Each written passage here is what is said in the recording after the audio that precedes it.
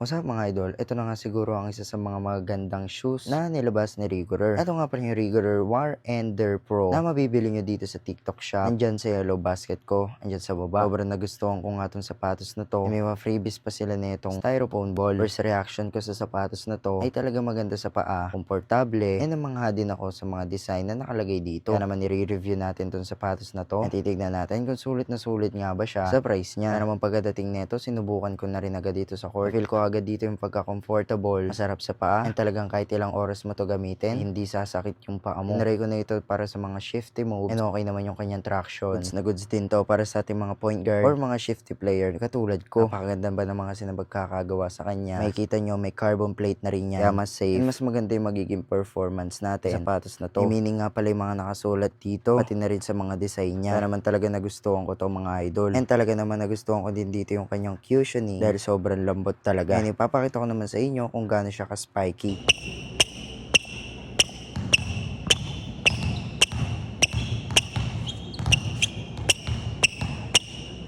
Sobrang kapit at napakaingay nito sa court. Mas nagustuhan ko dito sa sapatos na to is yung kanyang traction. Kaya naman matutulungan ka nito na magawa ang mga moves mo nang hindi nadudulas. Kaya naman para sa akin, napaka-solid talaga nitong sapatos na to. Sobrang sulit sa presyo niya. Talagang hindi ka bibiguin pagdating sa looks, quality, and durability. Kaya kung interested ka nga sa Rigoreur War Ender 1 Pro, i-check mo lang yung yellow basket ko andyan sa baba. Yun lang mga idol.